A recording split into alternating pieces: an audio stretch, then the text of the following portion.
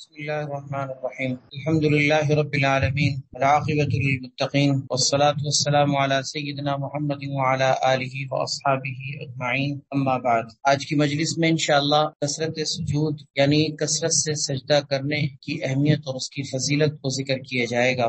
اللہ تبارک و تعالی حق کہنے سننے کی، سمجھنے کی اور ہم سب کو اس پر عمل کرنے کی توفیق عطا فرمائے۔ نماز کے اندر اللہ تبارک و تعالیٰ نے انسان کو 4 حالتوں کے اختیار کرنے کا حکم دیا ہے۔ ایک حالت ہوتی ہے قیام کی، دوسری حالت ہوتی ہے رکوع کی، تیسری حالت سجدے کی ہوتی ہے،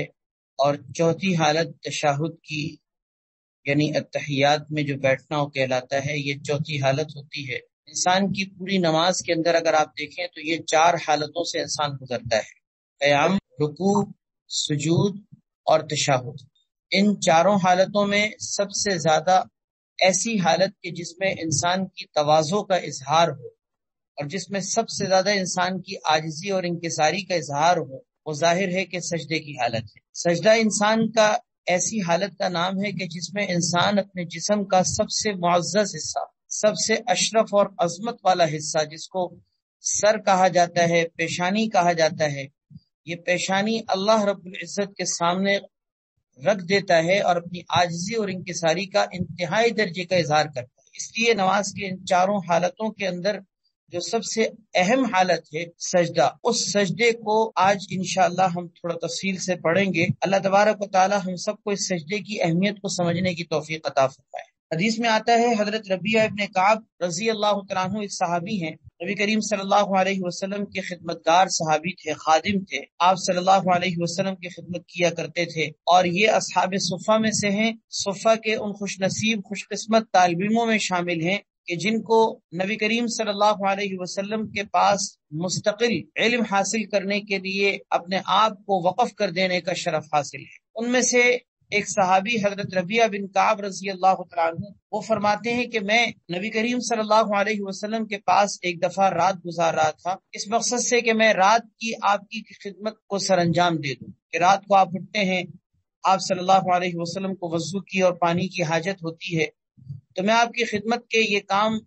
سر انجام دے سکوں گا، اس لیے میں نے آپ کے ساتھ رات گزاری۔ رات ہوئی، آپ صلی اللہ علیہ وسلم کی آنکھ کھلی، آپ تہجد کے لیے بیدار ہوئے، تو میں نے آپ صلی اللہ علیہ وسلم کی خدمت اقدس میں وضو کا پانی اور آپ کی قضاء حاجت وغیرہ کا پانی میں نے مہیا کر دیا۔ آپ صلی اللہ علیہ وسلم کے کہنے سے پہلے میں نے آپ کے لیے حاضر کر دیا۔ آپ صلی اللہ علیہ وسلم نے جب پانی رکھا ہوا دیکھا تو اس وقت آپ خوش ہوئے، اور آپ کے اوپر ایک کیفیت ایسی طاری ہوئی کہ آپ نے اس موقع پر ان صحابی سے سوال کیا۔ آپ نے ان سے کہا، فرمایا کہ سل، کہ تم اللہ تبارک و تعالی سے مانگو، یہ دعا کی قبولیت کا موقع ہے، اس وقت میں تم سوال کرو، تم جو مانگو گے تمہیں دیا جائے۔ اب قبولیت کا موقع ہے، نبی کریم صلی اللہ علیہ وسلم کی طرف سے یہ پیشکش ہوئی کہ تم اس موقع پر اللہ سے سوال مانگو،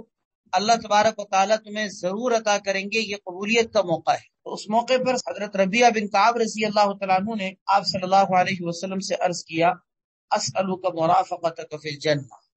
یا رسول اللہ میں جنت میں آپ کی رفاقت کا سوال کروں کہ مجھے جنت میں آپ کی رفاقت نصیب ہو جائے۔ ایک صحابی کی سب سے بڑی زندگی کی تمنا اور آرزو یہ ہوتی تھی کہ دنیا میں تو اللہ کے نبی صلی اللہ علیہ وسلم کے دیدار سے ہماری آنکھیں ٹھنڈی ہوتی ہیں، آپ کی صحبت اور آپ کی مجلس میں بیٹھ کر ہم فیضیاب ہوتے ہیں، آپ صلی اللہ علیہ وسلم کی رفاقت بھی ہمیں جنت میں مل جائے، کیونکہ جنت میں جانے کے بعد کہیں ہم آپ سے محروم نہ ہو جائیں۔ اب ظاہر ہے کہ نبی کریم صلی اللہ علیہ وسلم کا درجہ جنت کے اندر کتنا بلند اور بالا ہے، ہم اس مقام تک کیسے پہنچ سکیں گے؟ اس لیے ایک صحابی کی تمنا اور آرزوؤں کا مرکز یہی تھا کہ جس طرح دنیا میں اللہ نے یہ صحبت سے ہمیں فیضیاب کیا ہے، آخرت میں بھی اللہ ہمیں جنت میں حضور صلی اللہ علیہ وسلم کی رفاقت نصیب فرما دے۔ چنانچہ انہوں نے کہا کہ اسألک مرافقتک فی الجنہ، یا رسول اللہ میں جنت میں آپ کی رفاقت کا سوال کرتا ہوں۔ آپ صلی اللہ علیہ وسلم نے فرمایا، وغیر ذالک، کیا اس کے علاوہ کچھ اور بھی تمہارا مطالبہ ہے؟ کیا اس کے علاوہ کچھ اور بھی تمنا اور آرزو ہے؟ قلت، حضرت ربیعہ ابن کعب فرماتے ہیں کہ میں نے عرض کیا کہ ہوا ذاک، کہ نہیں یا رسول اللہ، بس یہی آرزو اور یہی تمنا ہے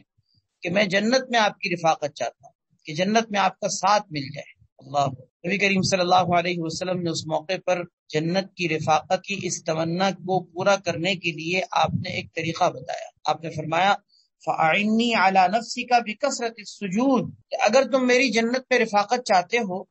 اور جنت میں تم میرا ساتھ چاہتے ہو تو ٹھیک ہے، تمہاری یہ آرزو، تمہاری یہ تمنا پوری ہو سکتی ہے،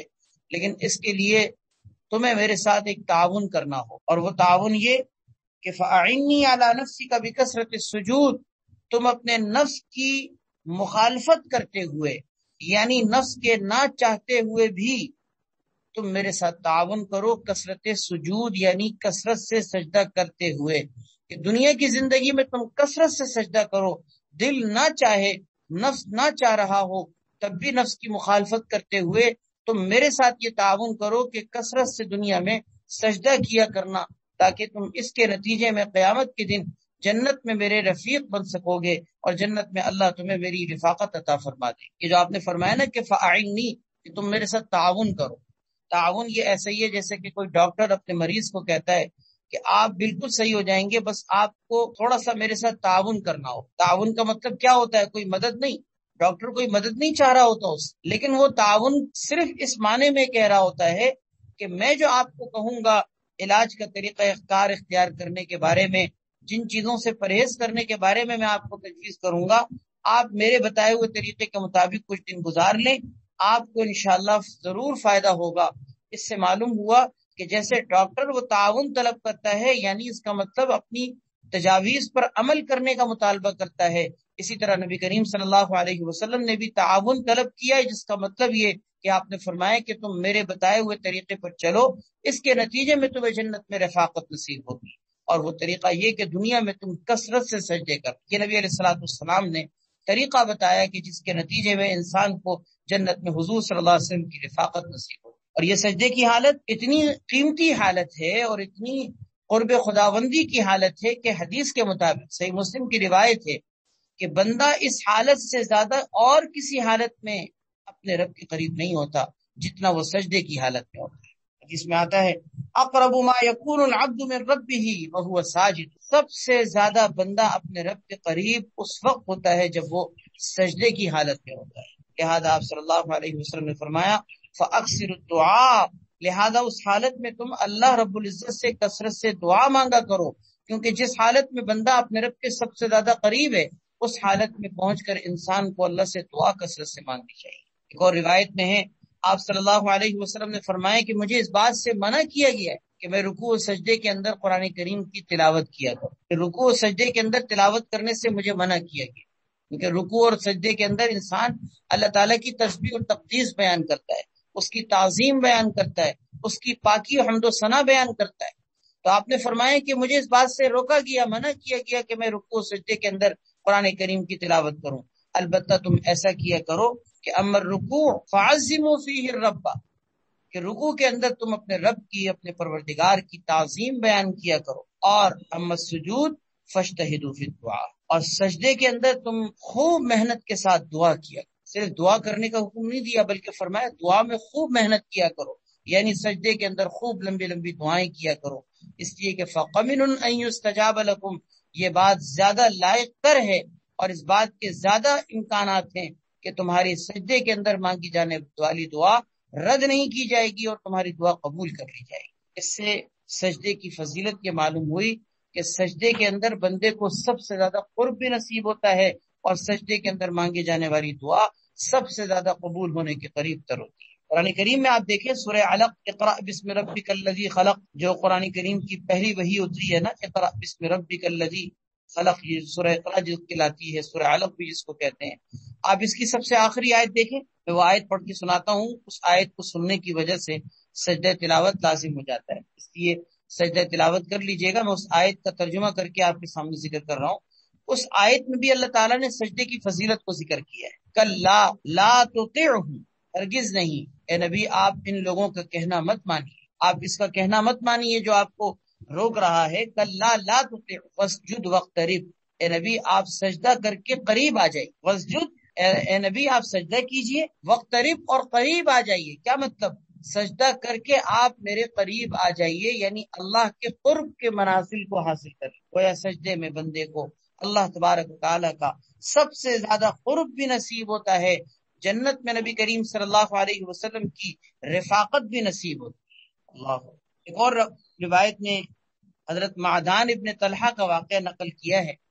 حضرت معدان ابن طلحہ ایک راوی ہیں، وہ فرماتے ہیں کہ میں حضور اکرم صلی اللہ علیہ وسلم کے خادم اور آپ کے آزاد کردہ غلام حضرت ثوبان رضی اللہ تعالیٰ عنہ سے میں نے ملاقات کی، اور میں نے ان سے مل کر ایک سوال کی. میں نے کہا اخبرنی بعمل اعملہ یدخلنی اللہ بہ الجنہ، مجھے کوئی ایسا عمل بتا دیجیے کہ جس پر میں عمل کروں اور اس کے نتیجے میں اللہ مجھے جنت میں داخل کر دے. فرماتے ہیں کہ حضرت ثوبان رضی اللہ تعالیٰ عنہ خادم رسول، وہ میرا سوال سن کے خاموش رہے، انہوں نے کوئی جواب نہیں دیا. میں نے پھر سوال کیا، پھر وہ خاموش رہے. میں نے پھر تیسری مرتبہ سوال کیا، وہ پھر خاموش رہے. اور تیسری مرتبہ کے بعد پھر انہوں نے یہ فرمایا کہ سألت عن ذلک رسول اللہ صلی اللہ علیہ وسلم، میں نے یہی سوال جو تم مجھ سے کر رہے ہو، یہی سوال میں نے حضور صلی اللہ علیہ وسلم سے بھی کیا تھا. کیا سوال؟ سوال یہ کہ اے اللہ کے نبی، مجھے ایسا عمل بتا دیجئے کہ جس پر میں عمل کروں اور اللہ تعالیٰ اس کی برکت سے مجھے جنت میں داخل فرما دے. تو میں نے جب نبی علیہ الصلوۃ والسلام سے سوال کیا تھا تو آپ نے مجھے جو جواب دیا تھا وہ جواب سن لو. وہ کیا جواب دیا تھا؟ آپ نے فرمایا تھا علیک بکثرۃ السجود للہ، کثرت سے اللہ رب العزت کو سجدہ کیا کرو. فإنک لا تسجد للہ سجدۃ، اس لیے کہ تم اللہ تبارک و تعالیٰ کو جو بھی سجدہ کرتے ہو، اللہ تعالیٰ اس سجدے کی برکت سے تمہیں دو فائدے عطا کرتے ہیں. ایک یہ کہ اللہ تعالیٰ تمہارے اس سجدے کی برکت سے جنت میں درجہ بلند کر دیتے ہیں. دوسرا یہ کہ اللہ تعالیٰ اس سجدے کی برکت سے تمہاری خطا کو مٹا دیتے ہیں. گویا ہر سجدے پر دو کام ہوتے ہیں، ایک یہ کہ گناہ معاف ہوتا ہے، دوسرا یہ کہ ایک درجہ بلند. بلکہ سنن ابن ماجہ کے اندر، جس کی مشہور کتاب سنن ابن ماجہ کے اندر روایت ہے کہ اللہ کے نبی صلی اللہ علیہ وسلم نے فرمایا کہ جس نے اللہ کے لیے ایک سجدہ کیا، اللہ کے لیے ایک، سجدے نہیں،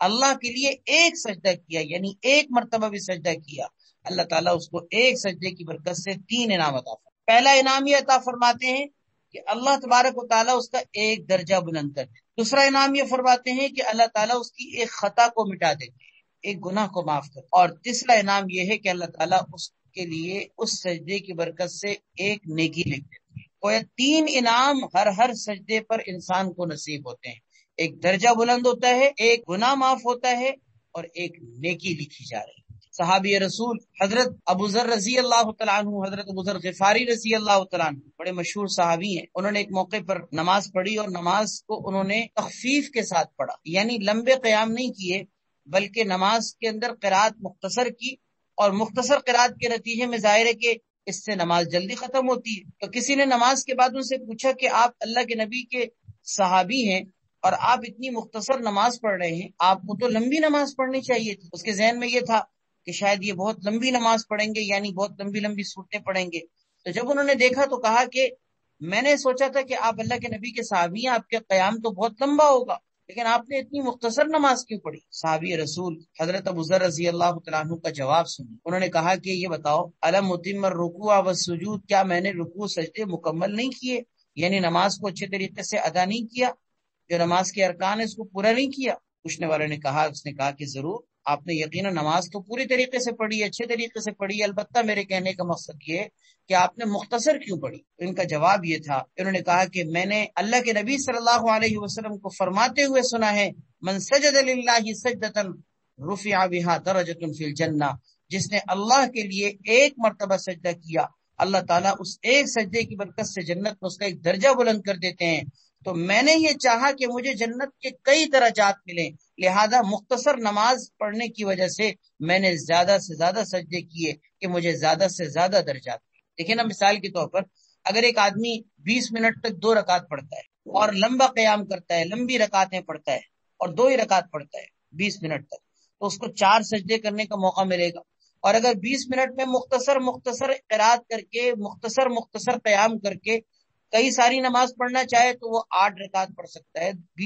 10 رکعتیں پڑھ سکتا ہے. اس 8 یا 10 رکعتوں کے پڑھنے سے اس کے سجدوں کی تعداد بھی تو بڑھ جائے گی نا، اور جب سجدوں کی تعداد بڑھ جائے گی تو جنت کے درجات کی تعداد بھی بڑھ جائے گی. تو صحابی رسول کے اندر آپ دیکھیے کہ نیکیوں کا اور جنت کے درجات کی حرص کا معاملہ کتنا تھا کہ وہ فرما رہے کہ میں نماز کو مختصر اس لیے پڑھ رہا ہوں کہ مجھے زیادہ سے زیادہ جنت کے درجات کو حاصل کرنے کا موقع مل سکے. اللہ، یہ صحابہ کرام تھے اللہ کے نبی صلی اللہ علیہ وسلم سے جہاں کوئی بات سنتے تھے اور نیکیاں جمع کرنے کا جہاں کوئی موقع ملتا تھا اس کو کبھی گنواتے نہیں تھے۔ اسی طرح حدیث میں آتا ہے سجدہ تلاوت کے بارے میں، بندہ جب آیت سجدہ پڑھتا ہے سجدہ تلاوت اس کے اوپر لازم ہوتا ہے اور پھر سجدہ تلاوت کر لیتا ہے، حدیث کے مطابق شیطان ذلیل ہو جاتا ہے اور ایک کنارے پر کھڑے ہو کر اس سے الگ ہو کر رونے لگتا ہے۔ اس کو جب سجدہ کرتے ہوئے دیکھتا ہے نا، آیت سجدہ پڑھ کر اس سے سجدہ کیا تو وہ رونے لگتا ہے اور روتے ہوئے یہ کہتا ہے کہ یا ویلتی امر ابن آدم بالسجود فسجد فلہ الجنہ، کہ ہائے افسوس، ہائے افسوس، ہائے حسرت، ابن آدم کو سجدے کا حکم دیا تو وہ سجدہ اس نے کر لیا، جبکہ مجھے سجدے کا حکم دیا گیا اور میں نے سجدے سے انکار کیا۔ تو یہ سجدہ اس حدیث سے معلوم ہوا کہ شیطان کی ذلت اور رسوائی کا باعث، یہ سجدہ انسان کے لیے شیطان کے لیے ذلت اور رسوائی کا باعث ہوتا ہے، گویا بندے کو سجدے میں دیکھ کر شیطان ذلیل اور رسوا ہو جائے۔ اسی طرح جہنم کی آگ، خدا نہ خواستہ اللہ نہ کرے کوئی مسلمان اپنے گناہوں کی وجہ سے جہنم میں چلا گیا، تب بھی جہنم کی آگ اس کے سجدے کی جگہ کو اثر انداز نہیں کر سکے۔ یہ بات حدیث میں موجود ہے۔ اللہ کے نبی صلی اللہ علیہ وسلم فرماتے ہیں، نسائی کی روایت ہے، ان النار تأکل کل شیء، کہ آگ انسان کے جسم کے ہر حصے کو متاثر کر دے گی سوائے سجدے کی جگہ کے، کہ سجدے کی جگہ کو وہ بھی نقصان نہیں پہنچا سکے۔ اس لیے کہ بندے نے یہ سجدہ اللہ رب العزت کے لیے کیا، اس کی یہ سجدے کی جگہ جہنم کے اندر اگر خدا نہ خواستہ اللہ نہ کرے، اللہ ہم سب کی حفاظت فرمائے، اگر جہنم میں گناہ کی وجہ سے چلا بھی گیا، جہنم کی آگ بھی اس کے سجدے کی جگہ کو نقصان نہیں پہنچا۔ ایک حدیث میں آتا ہے، اللہ کے نبی صلی اللہ علیہ وسلم نے فرمایا کہ جو شخص اللہ کے لیے سجدہ کرتا ہے وہ تکبر سے بری ہو جاتا ہے، اللہ تکبر سے بری ہو جاتا ہے۔ تکبر سے بری کیوں نہ ہو، انسان تواضع کی ایسی حالت میں ہوتا ہے کہ عاجزی اور انکساری کی انتہا، بندے اپنے چہرے کا سب سے عظمت والا حصہ، سب سے عزت والا حصہ اللہ رب العزت کے سامنے رکھ دیتا ہے، اس کی وجہ سے اس کے تکبر کا علاج ہے۔ جیسے تکبر کے علاج کی اور بھی مختلف صورتیں حدیثوں میں ذکر کی گئی ہیں، جیسے کہ آپ نے سنا ہے کہ سلام میں پہل کرنے والا بھی تکبر سے بری ہوتا ہے، اسی طرح سجدہ کثرت سے کرنے کی صورت میں بھی انسان کو اللہ رب العزت کے سامنے سجدہ کرنے کی برکت سے تکبر سے نجات، یہ کثرت سے سجدہ کرنا اور لمبے لمبے سجدے کرنا اس چیز کی عادت بنائی۔ لمبے لمبے سجدے آج ہمارے معاشرے کے اندر یہ دیکھا جاتا ہے کہ ہم لمبے سجدے کرتے ہوئے نظر نہیں آتے، نماز کے اندر سجدہ بس مختصر ترین کیا جا رہا ہو، حالانکہ آپ اگر اللہ کے نبی صلی اللہ علیہ وسلم کی زندگی کو دیکھیں، آپ صلی اللہ علیہ وسلم کی عبادت کو دیکھیں، اور خاص طور پر رات کی عبادت کو اگر آپ دیکھیں تو آپ صلی اللہ علیہ وسلم کی عبادت میں ہمیں خاص طور پر یہ چیز نظر آتی ہے کہ آپ صلی اللہ علیہ وسلم کا سجدہ طویل ہوا کرتا، اتنا طویل ہوتا تھا کہ ایک روایت میں آتا ہے کہ نبی علیہ الصلوۃ والسلام نے نماز پڑھی اور نماز کے اندر آپ نے 4 رکعت پڑھی، پہلی رکعت میں سورہ بقرہ پڑھی، دوسری رکعت میں سورہ آل عمران پڑھی، تیسری رکعت میں سورہ نساء پڑھی، چوتھی رکعت میں سورہ مائدہ پڑھی۔ آپ سوچیں ذرا کتنی لمبی آپ کی 4 رکعتیں ہوں گی۔ سورہ مائدہ کا مطلب پتہ ہے کیا ہے؟ کہ سورہ مائدہ کا مطلب یہ ہے کہ 4 رکعتوں میں آپ نے 6.25 پاروں کی تلاوت، کہ سورہ مائدہ کے ختم تک قرآن کریم کے 6.25 پارے ہو جاتے ہیں، 6.25 پارے۔ تو بقرہ، آل عمران، نساء اور مائدہ، یہ 4 سورتیں آپ نے 4 رکعتوں میں پڑھی، اتنی لمبی آپ کی نماز تھی۔ اور پھر صرف یہی نہیں کہ ان 4 سورتوں کی وجہ سے قیام لمبا ہوا، بلکہ صحابی فرماتے ہیں کہ آپ نے رکوع اتنا لمبا کیا جتنا لمبا آپ کا قیام تھا، رکوع سے کھڑے ہو کر آپ اتنے ٹھہرے جتنا لمبا آپ کا رکوع تھا، اسی طرح سجدہ بھی آپ کا اتنا ہی لمبا جتنا لمبا آپ کا قیام تھا۔ اتنے لمبے سجدے کے اندر نبی علیہ الصلوۃ والسلام اللہ رب العزت کے سامنے سجدے میں پڑے رہتے تھے، اللہ رب العزت کے سامنے سجدے کی حالت میں رہتے تھے اور دعائیں مانگا۔ خاص طور پر اللہ تعالیٰ توفیق عطا فرمائے رات کو تہجد کی نماز کے لیے اٹھنا نصیب ہو جائے تو سجدے میں جا کر 2 رکعت پڑھ کر جیسے سجدے میں اسی نماز کے سجدے میں ہی اللہ تبارک و تعالیٰ سے مانگا کرے، اگرچہ ہم اردو میں نہیں مانگ سکتے، نماز کا جو سجدہ ہوتا ہے اس میں ہم عربی میں ہی مانگیں گے، قرآن و حدیث کی دعا مانگیں گے، لیکن کوئی بھی دعا جو آپ کو یاد ہے، ربنا ظلمنا انفسنا، ربنا آتنا فی الدنیا حسنہ، یا اسی طرح اللہم انی ظلمت نفسی، جو بھی آپ کو دعا یاد ہے آپ اس کو سجدے کے اندر مانگے، خوب مانگے، دیر تک مانگے، کچھ نہیں آتا تو کم سے کم یہی کہتے رہیں، سبحانک ربی انی ظلمت نفسی فاغفر لی۔ سبحانک رب انی ظلمت نفسی فاغفر لی. یہ یاد کر لیجئے، خود حدیثوں میں یہ دعا موجود ہے. نبی علیہ الصلوۃ والسلام سجدے میں یہ دعا پڑھا کرتے، سبحانک رب انی ظلمت نفسی فاغفر لی، سبحانک رب انی ظلمت نفسی فاغفر لی. اے میرے رب، تیری ذات پاک ہے، تیری ذات پاک ہے، بے شک میں نے ہی اپنے نفس پر ظلم کیا، اپنی جان پر گناہ کر کے ظلم کیا، اے اللہ تو مجھے معاف کر. حضرت علی رضی اللہ تعالیٰ عنہ کا ارشاد ہے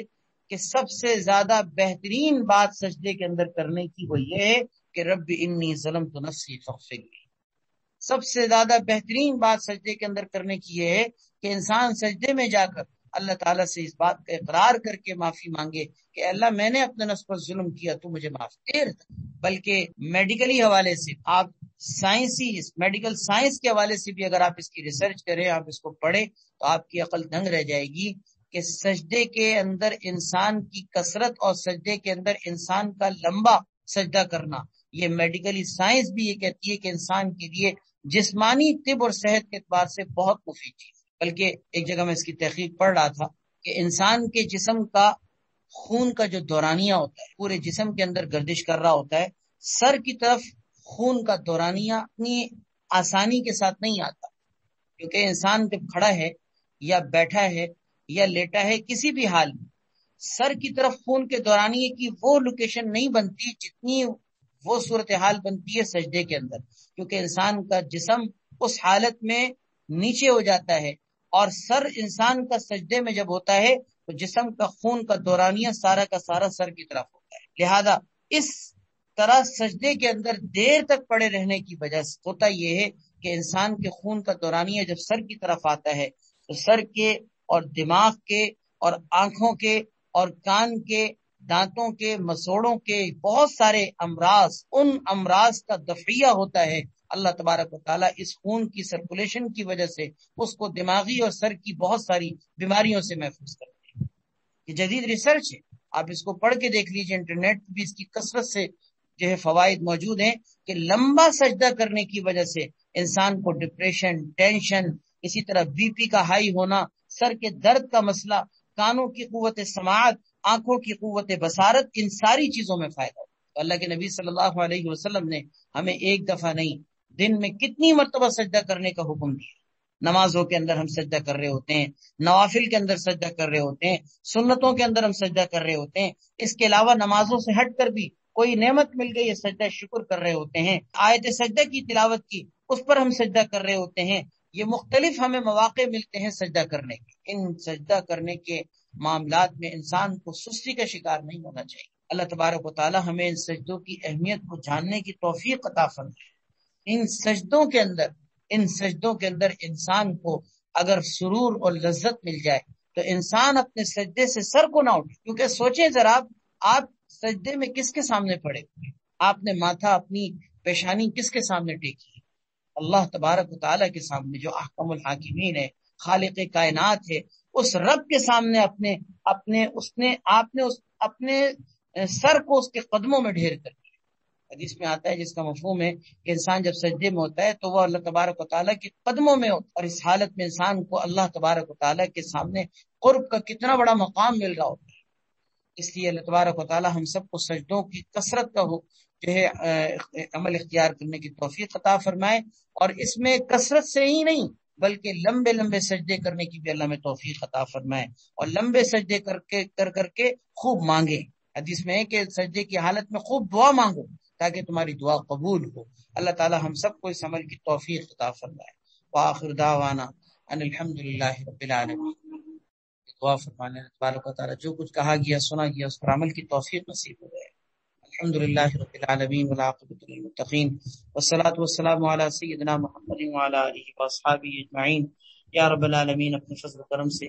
ہم سب کے لیے یا اللہ نماز پڑھنا، سجدہ کرنا، عبادت کرنا، بندگی کے کاموں کو بجا لانا آسان کر دیجئے. یا اللہ ہم سب کے لیے گناہوں سے بچنے کو آسان کر دیجئے. اپنی نافرمانیوں والے کاموں سے ہم سب کی حفاظت فرما. یا اللہ ماحول و معاشرے کے اندر جو گندگیاں اور فتنے پھیلے ہوئے ہیں، بیماریاں پھیلی ہوئی ہیں، طرح طرح کی آفتیں پھیلی ہوئی ہیں، اللہ ان تمام آفتوں سے، بیماریوں سے، تکلیفوں اور پریشانیوں سے، یا اللہ اور گناہوں سے، نافرمانیوں سے اور فتنوں سے ہم سب کی حفاظت فرما۔ یا اللہ ہم سب کے دلوں میں موجود جو تقاضے ہیں، جو نیک حاجتیں ہیں، ان کو پورا فرما۔ یا اللہ ہم سب کے تمام مسائل کو حل فرما، روزی روزگار کے اعتبار سے، صحت اور جسم کے اعتبار سے، اپنی گھریلو زندگی کے اعتبار سے، بچوں کی تربیت کے حوالے سے، جو بھی ہماری زندگی کے مسائل ہیں ان سب مسائل کو حل فرما۔ ہم سب کو عافیت اور سکون کی زندگی عطا فرما، حیات طیبہ نصیب فرما۔ یا اللہ حیات طیبہ نصیب فرما، علم حاصل کرنے کی، اس کے مطابق عمل کرنے کی توفیق عطا فرما، قرآن پاک کی کثرت سے تلاوت کرنے کی توفیق عطا فرما، ذکر کا اہتمام نصیب فرما۔ یا اللہ ہماری راتوں کو بھی، ہمارے دنوں کو بھی اپنی عبادت سے آباد فرما، ہمارے گھروں کو اپنی عبادت سے آباد فرما۔ اے رب کریم اپنے فضل و کرم سے ہم سب کی تمام نیک تمناؤں کو پورا فرما، ہماری اس مجلس کو اپنی بارگاہ میں قبول فرما۔ یا اللہ جو لوگ محبت اور عقیدت کے ساتھ اپنی اصلاح کی فکر لے کر اس مجلس میں شریک ہوتے ہیں، اللہ سب کو ان کے مقاصد میں کامیابی نصیب فرما، سب کی تمام حاجتوں کو پورا فرما۔ یا اللہ سب کو ہدایت نصیب فرما، سب کی اصلاح فرما، سب کے گھروں کو یا اللہ دینی ماحول سے آباد فرما، نماز سے آباد فرما، قرآن پاک کی تلاوت سے آباد فرما، سب کے تمام نیک تقاضوں کو پورا فرما۔ یا رب العالمین سب کی تمام پریشانیوں کو دور فرما، ہماری دعاؤں کو، ہماری اس مجلس کو، ہمارے اس عمل کو اپنی بارگاہ میں قبول اور منظور فرما۔ سبحان ربک رب العزت عما یصفون وسلام علی المرسلین والحمد للہ رب العالمین۔ آمین یا رب العالمین برحمتک یا ارحم الراحمین۔